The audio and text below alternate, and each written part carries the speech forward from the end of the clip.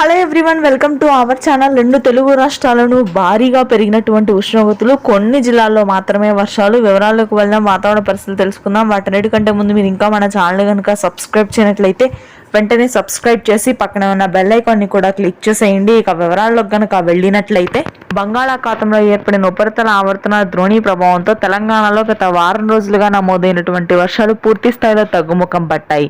అయితే ఉష్ణోగ్రతలు మాత్రం భారీగా పెరిగాయి. దాదాపుగా అన్ని ప్రాంతాల్లోనూ 40 నుంచి 45 డిగ్రీల రికార్డు స్థాయి ఉష్ణోగ్రతలు నమోదవుతున్నాయి. అప్రమత్తతగా ఉండాలని వాతావరణ కేంద్రం హెచ్చరించింది.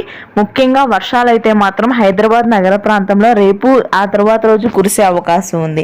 ఇక భద్రాద్రి కొత్తగూడెం, ఖమ్మం, మహబూబ్ నగర్, జగిత్యాల, హన్మకొండ ప్రాంతాల్లో కూడా తేలికపాటి చెదురుమదురు వర్షాలు నమోదవుతాయి.